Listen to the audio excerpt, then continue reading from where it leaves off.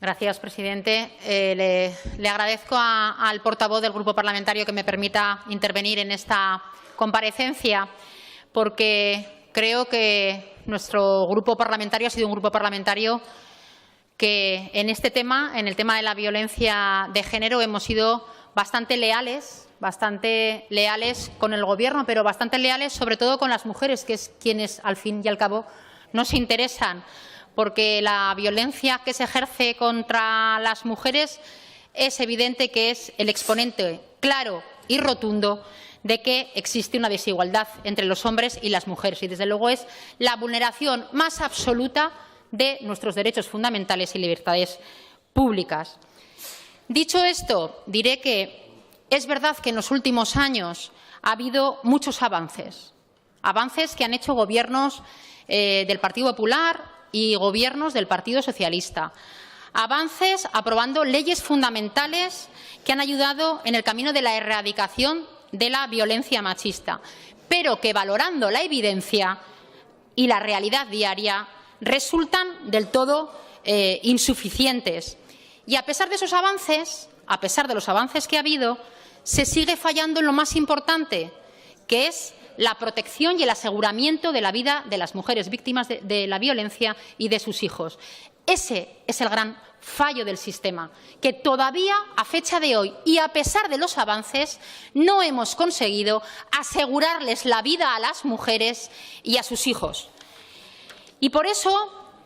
creemos que hay que pasar de las palabras a los hechos, que es el momento de pasar de las palabras a los hechos, y que el 8 de marzo del año pasado fue un momento histórico vivido por todas las mujeres y por muchos hombres, y que de allí tenía que haber surgido un avance importante en la protección y el aseguramiento de la vida de las mujeres. Y por eso que creo que hay que pasar de las palabras a los hechos, porque los datos son escalofriantes y hay que frenarlos, y mucho más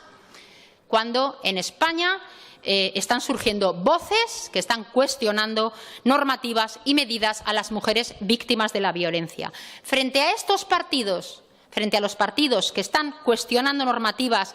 y recursos a las mujeres, y frente a los partidos que buscan una involución de los derechos de la mujer y de los derechos de las mujeres maltratadas,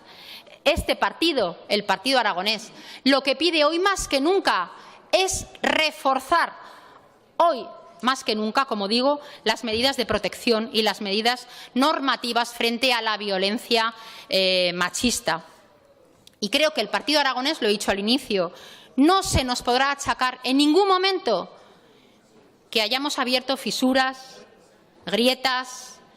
que no hemos instrumentalizado el tema de la violencia machista, ni ha habido divisiones ni frentismos. Hemos actuado siempre con muchísima responsabilidad en este tema, porque este tema para nosotros es de absoluta prioridad. Y como hemos sido leales, he dicho, al Gobierno, leales porque lo somos a las mujeres, tenemos la obligación, como partido político, como responsables políticos, de sumar a este proyecto cada vez más mujeres y cada vez más hombres a la igualdad de los derechos de las mujeres y de los hombres. Y hace falta más que nunca hoy unidad y consenso de todos los partidos políticos. Y lo que no hace falta en absoluto es tratar de instrumentalizar un tema tan grave y tan importante como es el de la violencia machista. Por lo tanto, en este tema, unidad y consenso. Unidad y consenso, que es el que ha imperado en estas Cortes en materia de violencia machista, a través de una mesa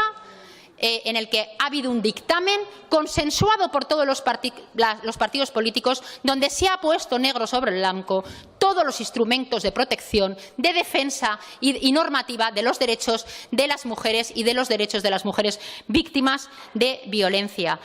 Porque si hay fisuras, desde luego será un error imperdonable por parte de todos los partidos políticos democráticos que defendemos una serie de valores. Y a mí me gustaría que, en este sentido,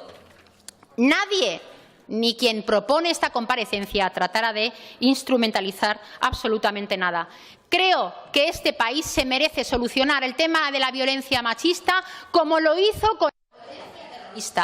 Si este país fue capaz de poner todos los recursos e instrumentos al servicio de la protección de todos los políticos, de todos los jueces, de absolutamente